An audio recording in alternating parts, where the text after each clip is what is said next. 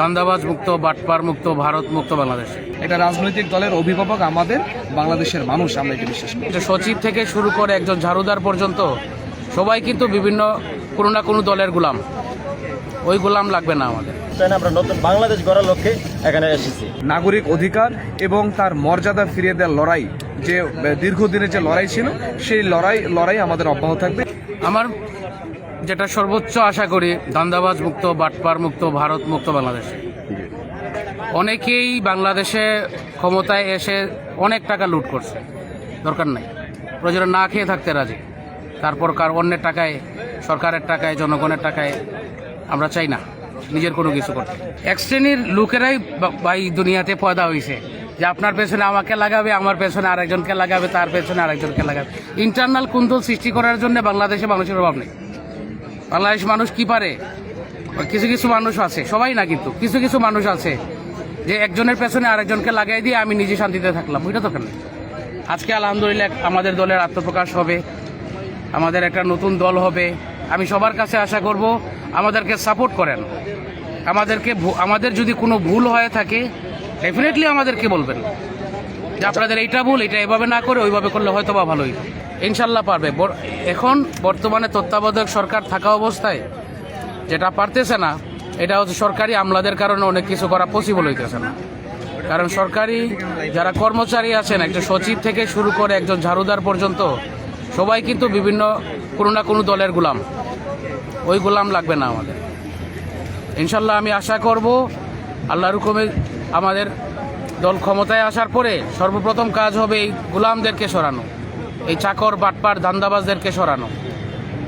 আর যারা লিগেল আছে, হালাল ওয়েতে কাজ করতেছে, আলহামদুলিল্লাহ ওনাদের পাশে আমরা আছি। আর যারা হারাম ইনকাম করতেছে তাদেরকে সরাই তাদের জায়গায় নতুন কাউকে সেট আপ করা, ওইটাই দরকার। বাংলাদেশে বেকারের অভাব নেই ভাই। বেকার পোলাবাইনকে যদি কাজ দেওয়া হয় এইসবের, আপনি দেখবেন ওদের থেকে 10 গুণ ভালো কাজ করতেছে, অনেক ভালো কাজ করবে ওরা।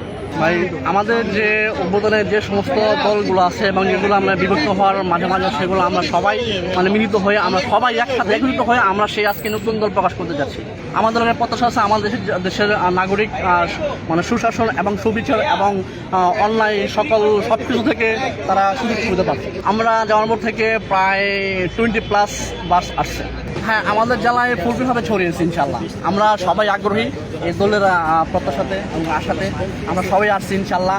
এখানে আসার কারণ হলো যে বিগত দিনগুলোতে আমাদের উপর যে করেছে, নির্যাতন করেছে আওয়ামী লীগ, ঠিক আছে, ফ্যাসিস্ট হাসিনা, তার দোসররা ছাত্রলীগ, আমাদের উপর যে নির্যাতন করেছে, আমাদের ভাই বোনদের উপর যে নির্যাতন করেছে, আমরা সেই বাংলাদেশ আর চাই না। আমরা নতুন বাংলাদেশ গড়ার লক্ষ্যে এখানে এসেছি। নতুন দল নিয়ে আমার যে বাংলাদেশের মানুষের প্রত্যাশা অনেক বেশি। এই দলটা গঠিত হয়েছে এই মানুষের প্রত্যাশার উপর ডিপেন্ড করে। বাংলাদেশের ইতিহাসে এই প্রথম কোনো একটি রাজনৈতিক দল সরাসরি জনগণের মতামতের ভিত্তিতে, জনগণের প্রত্যাশার পরিপ্রেক্ষিতে সৃষ্টি হচ্ছে, যা জুলাই গণ অভ্যুত্থানের সাক্ষী হিসেবে এই দলটি থাকবে। এই দলটি কাজ করবে শুধুমাত্র বাংলাদেশ এবং বাংলাদেশের মানুষের জন্য। জাতীয় নাগরিক পার্টির লক্ষ্য বাংলাদেশই মুখ্য। আমরা ছোট্ট একটি স্লোগানের মাধ্যমে শুরু করতে যাচ্ছি। বাংলাদেশের মানুষের কথা বলার অধিকার নিয়ে। এখানে আমাদের প্রায়োরিটি পাবে হচ্ছে মানুষের ন্যায্যতা, মানুষের নাগরিক অধিকার এবং তার মর্যাদা ফিরিয়ে দেওয়ার লড়াই, যে দীর্ঘদিনের যে লড়াই ছিল, সেই লড়াই আমাদের অব্যাহত থাকবে। এবং আমরা এতটুকু নিশ্চিত করব যে আমাদের মাধ্যমে, এই তরুণদের মাধ্যমে যে দলটি আসছে, এই দলটি মানুষের ন্যায্যতার ভিত্তিতে অধিকার নিশ্চিত করবে। না, এটা আভ্যন্তরীণ কোন্দল বলা যাবে না। এটা আমাদের কোনো ধরনের কোন্দল ছিল না। এটা আমরা একটা গণতান্ত্রিক প্রক্রিয়ার মাধ্যমে আমরা আমাদের প্রতিনিধিদের নির্বাচিত করেছি, একটা ডেকোরাম মেনটেন করে। হ্যাঁ, আমাদের যে অর্গানোগ্রাম ছিল, সেই অর্গানোগ্রামে আমরা আমাদের প্রতিনিধি, আপনারা জানেন যে যেহেতু একটা রাজনৈতিক দল আসতেছে, সেখানে একদিনই তো আর এতগুলো প্রতিনিধি নির্বাচন করা সম্ভব না। সেই জন্যই হচ্ছে যে একটু সময় লেগেছে আমাদের। এটা 10 দিনের মতো সময় লেগেছে আমাদের এই প্রতিনিধিদের, প্রাথমিক যে প্রতিনিধি আছে অর্গানোগ্রামের, এই প্রতিনিধিদের বাছাই করতে। এবং প্রত্যেকটা প্রতিনিধি, নাহিদ ইসলাম যে আমাদের ক্ষমতা ছেড়ে জনতার কাতারে এসেছেন, উনিও সারা বাংলাদেশের মানুষ থেকে শুরু করে আমরা যারা ছিলাম, আমাদের ভোটের মাধ্যমে উনি আমাদের এই নতুন পার্টির আহ্বায়ক হিসেবে নির্বাচিত হয়েছেন। ওনার সেম প্রসেসেই আক্তার মহাসচিব হয়েছেন, মুখ্য সংগঠক হিসেবে সার্জিস এবং হাসনাতকে নির্বাচিত করা হয়েছে, নাসিরউদ্দিন পাটোয়ারিকে নির্বাচিত করা হয়েছে। পুরো প্রক্রিয়াটা গণতান্ত্রিক প্রক্রিয়া আমরা সম্পন্ন করেছি। সেই সম্পন্ন করার পাশাপাশি আজকের এই মাহেন্দ্রক্ষণবের জুমার নামাজের পরে এখানেই মূলত আমাদের নতুন দলটির আত্মপ্রকাশ ঘটবে। এই দলের আত্মপ্রকাশ, এই দলটি কাজ করবে মানুষের জন্য, এবং আমরা বিশ্বাস করি বাংলাদেশের মানুষ যেভাবে তাকিয়ে রয়েছে তরুণদের প্রতি, আমরা তার প্রতিফলন ইনশাল্লাহ আমরা এই যে সংসদ ভবনের সামনে দাঁড়িয়ে যে প্রোগ্রামটা করতেছি, এখানে যারা আজকে আসবেন তারা সকলে এখান থেকে শপথ নিয়ে যাবেন এই সংসদ ভবন যেন আর কখনো ফ্যাসিস্টের কোনো কারখানা হয়ে না ওঠে, এই সংসদে যেন শুধুমাত্র নাগরিকের অধিকার নিয়ে কথা হয়, বাংলাদেশ নিয়ে কথা হয় ইনশাল্লাহ। আপনারা জানেন যে বিগত 17 বছর অনেক রাজনৈতিক দলের এই ফ্যাসিস্ট সরকারকে হটানোর জন্য যুদ্ধ করেছে, কিন্তু জনগণ তেমন একটা সাড়া দেয়নি, কারণ এই ফ্যাসিস্ট ছিল অনেক বেশি প্রতাপশালী এবং অনেক বেশি মারমুখী, এবং সে ছিল হত্যাকারী, একজন ভয়ঙ্কর।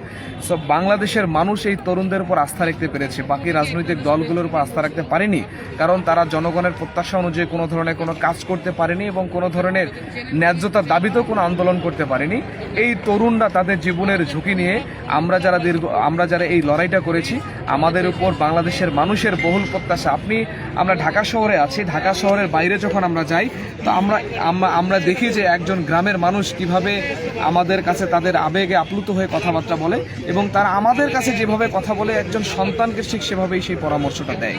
এটা রাজনৈতিক দলের অভিভাবক আমাদের বাংলাদেশের মানুষ, আমরা এটা বিশ্বাস করি। এবং এই প্রস্তুতির মধ্য থেকে শুরু করে আমরা আমাদের সিকিউরিটি যারা এজেন্সি আছে, পুলিশ থেকে শুরু করে অন্য যারা আছে, তাদের সবার সাথে আমরা সমন্বয় করার চেষ্টা করতেছি। আমাদের নিজস্ব ভলেন্টিয়ার থাকবে, আমাদের জায়গা থেকে আমাদের একটা প্রিপারেশন আছে, আমরা একটা প্ল্যান প্রোগ্রাম অনুযায়ী আগাচ্ছি। আপনারা দেখতে পাচ্ছেন আমরা চারদিক থেকে সব ধরনের ব্যবস্থা নিয়েছি। একটা মানে সুন্দর প্রোগ্রাম বাস্তবায়নের জন্য যে ধরনের প্রস্তুতিগুলো দরকার হয়, সেই প্রস্তুতিগুলো আমরা নেওয়ার চেষ্টা করেছি, এবং অন্যান্য প্রোগ্রামগুলোতে যে ধরনের ত্রুটি থাকে সেগুলোকে আমরা আমলে নিয়ে সেইগুলো যদি না হয় সেটার ব্যাপারে প্রস্তুতি নিয়েছি। এরপরে আমাদের দেখা যাবে আসলে সামনের সময়টাই আমাদেরকে বলে দিবে কীরকমভাবে সফলভাবে প্রোগ্রামটা সফল করতে পারছি।